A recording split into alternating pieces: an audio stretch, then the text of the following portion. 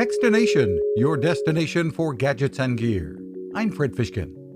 Some new tech for your front door. The Eufy FamiLock S3 Max is packed with innovation. It features accurate palm vein recognition, but there's also a keypad and a hidden standard key lock.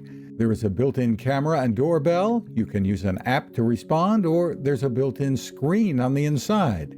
We're impressed as well by the ease of installation and setup.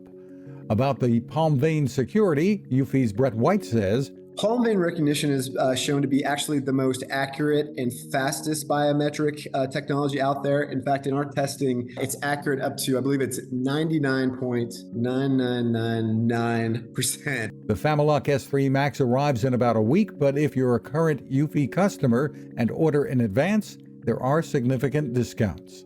You can find us at Techstination.com. I'm Fred Fishkin. Preparedness. That's what having an emergency radio is all about. And that is what the folks at C-Crane deliver.